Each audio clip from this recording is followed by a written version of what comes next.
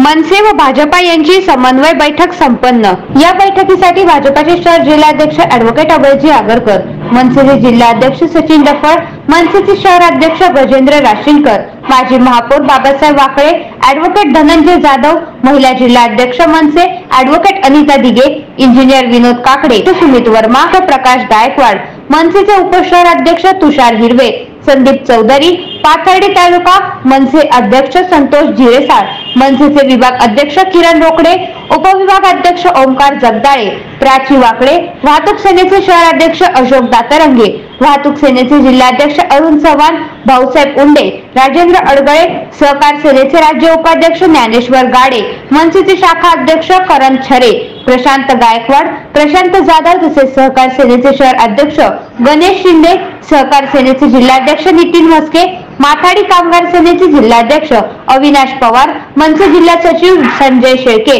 मनसेचे उपजिल्हाध्यक्ष मनोज राऊत, मारुती रोहकोले तसेच मोठ्या प्रमाणावर मनसे सैनिक उपस्थित होते।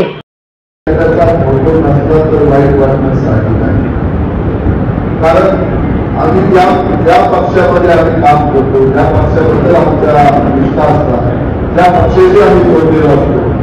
ज्या पक्षाचा आमचा वर्षानुवर्ष संबंध असतो आणि ज्या नेत्यानं आम्हाला घडवलेलं असतं आणि अशा नेत्याचा फोटो जर त्या ठिकाणी दिसला नाही तर सामान्य कार्यकर्त्यांची भावना जागृत होणं हे काही अयोग्य आहे असं मला वाटत नाही।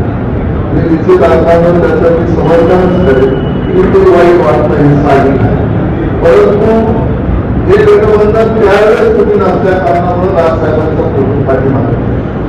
अन्यथा राजसाहेब सुद्धा आम्हाला तितकेच आदरणीय आहे, जेवढे राजकीय असतील इतर घटक पक्षाचे असतील तेवढेच राजसाहेब आम्हाला आदरणीय आहे, कारण राजसाहेबांचा आमचा बॉन्ड संबंध सर्व आलेल्या महाराष्ट्र सैनिकांचं या ठिकाणी स्वागत करतो आणि या ठिकाणी भाषण देण्याची सूचना करायचं थोडक्यात जे व्यासपीठ आहे ते सर्वांनी या ठिकाणी स्वागत करते। सर्वांची सूचना फक्त एवढीच आहे की जे क्वालिफिकेशन आहे ते अजून आपल्याला होत नाही, आता दिवस आपल्याकडे कमी राहिले आणि वर्तमानाचा दिवस जाणार आहे, 13 तारखेला आपल्याला मतदान करायचं आहे, तर आमचा मन सैनिक जो आहे तो राजसाहेबांचा आदेशावर चालणार आहे। आमच्याकडून तुम्हाला कुठल्याही प्रकारचा दबाव धक्का होणार नाही, फक्त आमच्या मनात एक भावना येते मी तुम्हाला बोलून सांगतो की एक दिवस आमचा मान सन्मान केला तरी चालेल, पण आमच्या माननीय राजसाहेबांचा प्रत्येक ठिकाणी मान सन्मान करा। आता ती घटना घडली, कापणी सर्व सविस्तर सांगितलं, ते पण त्यांनी काही जाणून बोलून केलेलं नाही, त्या गोष्टीला आपण पडदा टाकू। दुसरी गोष्ट, तुमच्याकडे काही पदाधिकाऱ्यांचे आम्हाला नंबर द्या जेणेकरून आम्हाला कळलं पाहिजे की समजा आमच्या प्रकारची सांगितलं की त्यांच्या दरवारी गावात धनुष्यताई आहे, उद्या नामदार साहेब जाणार आहे, तुमचे दादा जाणार आहे, तर आम्हाला तुमच्या काही लोकांचे नंबर द्या की जेणेकरून आमच्या पदाधिकाऱ्यांना कुठं अडचण आली किंवा तुमच्याशी कोऑर्डिनेशन करायचे तर गावात जायचंय तर तुमचे आम्हाला नंबर द्या। आमचे पण जे महत्वाचे पदाधिकारी त्यांचे नंबर तुम्ही डबल साहेबांकडून घ्या आणि ही महायुती हा राहिला वेगळा, पण माझ्या मते एक बीजेपी आणि मनसे म्हणून तुमचे 4-5 लोकांचे नंबर आम्हाला द्या, आमच्या पण 4-5 लोकांचे महत्वाचे नंबर तुम्हाला द्या, जेणेकरून तुम्हाला कुठं आमची गरज पडली किंवा आम्हाला तुमची गरज पडली तर आपण त्यात समन्वय साधू शकतो, अशी मी हे तुम्हाला नंबर सूचना करतो आणि या ठिकाणी थांबतो। जय हिंद, जय महाराष्ट्र। असं काही झालेलं नाही आहे, कारण त्यांची रॅली आणि आमच्या साहेबांचा पाठिंबा याच्यामध्ये थोडासा कमी गॅप राहिलेला आहे। तसे आमचे त्या सुजय दादांचा फॉर्म भरण्याच्या वेळी महाराष्ट्र सैनिक तिथे हजर होते, फक्त एवढंच झालं की शहरातला आमचा एकही पदाधिकारी हजर नव्हता, कारण त्यांच्याकडनं आम्हाला म्हणजे काय म्हणतात ना समन्वय साधला गेला नाही, त्याचं हे म्हणजे त्यामुळं हे झालं असेल। पण त्यांनी आम्हाला आज सांगितलं, महायुतीच्या पदाधिकाऱ्यांनी आम्हाला आज सांगितलं की इथून पुढं असं होणार नाही, तर आमचे काही कोऑर्डिनेटर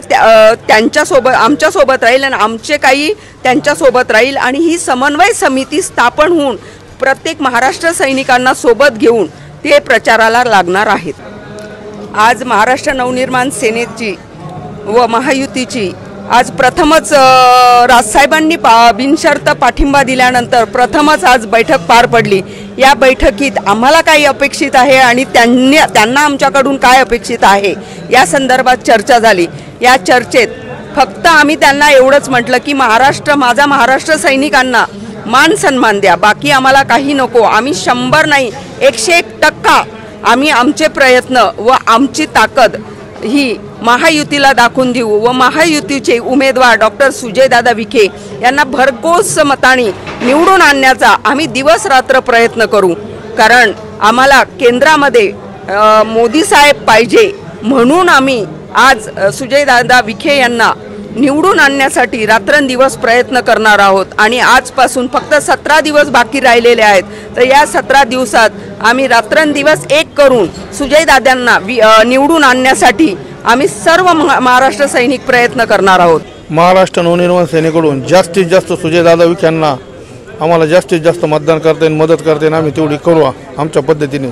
आम्ही महाराष्ट्र नवनिर्माण सेनेवाले सुजयदादा बरोबर आहेत। समन्वय समितीची आज बैठक झाल्यामुळं आजपासून आम्ही पूर्णपणे 17 दिवस जे उरलेले आहेत आमच्याकडं, त्या 17 दिवसामध्ये आमच्या लोकसभेचे दक्षिणेचे उमेदवार आदरणीय सुजयदादा विखे पाटील यांना मनसेच्या वतीने निवडून आणण्याचं ध्येय आणि उद्दिष्ट आम्ही इथं आज घेतलंय आणि त्या पद्धतीने आम्ही कामाला लागलोय।